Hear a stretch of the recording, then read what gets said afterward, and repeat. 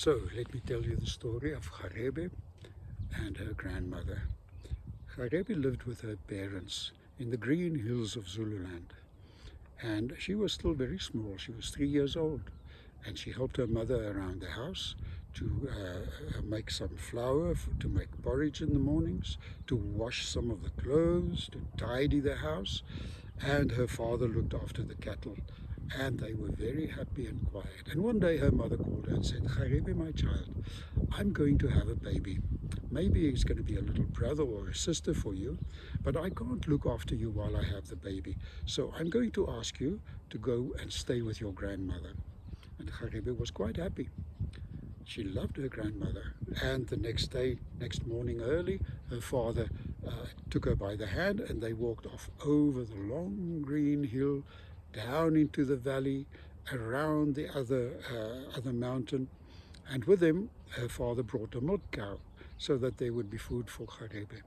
And sometimes she rode on the cow and sometimes on her father's back. And by that evening, they were with her grandmother. And Kgarebe was very happy to stay with her grandmother. She loved her grandmother, and her grandmother taught her all sorts of clever things about preparing food and so on. And so the weeks went by, and a month or two went by, and then the grandmother one day said, "Kgarebe, my child, your mother has had a baby. It's a little brother. And now is the time for you to go back and be with your mother again. So tomorrow morning, we are going to pack our things, and then I'm going to take you back." So the next morning, grandmother packed what she needed in a bag which she threw over her shoulder, and she took Kgarebe by the hand, and they walked over the hills and through the green valleys of Zululand. But Kgarebe was still a bit small and her legs were still a bit short, and by the early afternoon she was too tired to go on. And grandmother then found a nice place next to the river with a type of a cliff which formed a bit of a hollow, and she packed thorn trees in front, thorn branches, and she made a very safe little shelter for them. And she tied the one branch inside, and she said to Kgarebe, "My child, this is now your door, and you must not open it. Only when I come and I tell you, 'Open up, Kgarebe, open up, Kgarebe,' only then may you open it." And a grandmother went away, and she started setting a few snares, and she started looking for nice bulbs to dig. But in the meantime, in the dark under the trees next to the river, there was a Tokoloshe. Tokoloshe is sort of like a baboon that lives in the water, and sometimes he becomes like a human being, an evil human being, and sometimes, especially in daytime, he turns into a hyena because he cannot stand the sun. And he looked at this and listened, and grandmother was barely out of sight when he crept up to the shelter, and he called, "Open up, Kgarebe, open up, Kgarebe." And she said, "Oh no, that's not my grandmother's voice. I'm not going to open up."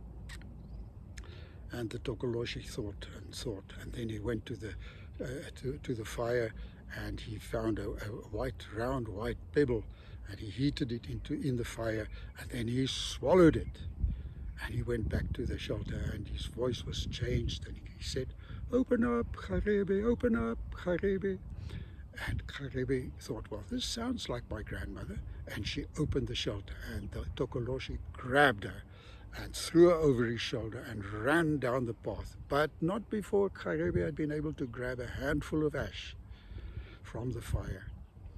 And the Tokoloshe ran with her and disappeared into the forest. Grandmother, in the meantime, had found some very nice bulbs to eat, some very nice plants and some fruit. And when she got back to the shelter, oh dear, the shelter is open, the child is gone. And grandmother looked around, and there in the ash of the fire, she saw the track of a Tokoloshe. And she thought, "What now?" And she looked around, and then she saw, but in the one path leading out of the little clearing, there's a splash of ash.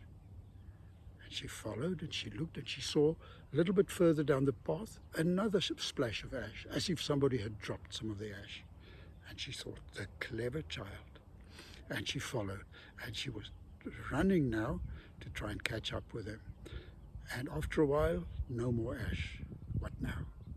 And then she saw where the little path forks. In the fork, some leaves from a wild fig tree. She looked around. Yes, just behind there's a wild fig tree. The clever child had picked some leaves as they ran past. And so she followed. After a while, there were leaves from a Kgarebe tree, and then some other tree. And she looked and looked. And in the meantime, the Tokoloshe had become tired from running in the heat of the sun. Tokoloshes don't like the light. And so he told Kgarebe, come here, come here. And not far from the path, he found a tree with a nice shade, and he told her, sit down. And then as she sat down, he put his head on her knees, and he turned into an evil old hyena. And he said to her, now, sit still, I'm going to sleep. And he fell asleep, and he snored loudly. And Kgarebe was wondering what to do now. What can she do? And there was a big stick nearby, and she was trying to reach it. But the moment she moved, the Tokoloshe woke up and said, don't move. And she listened, and she listened. And after a while, she heard something like footsteps, something like shoof, shoof, as somebody walks through the grass. And she put up her hand and she waved.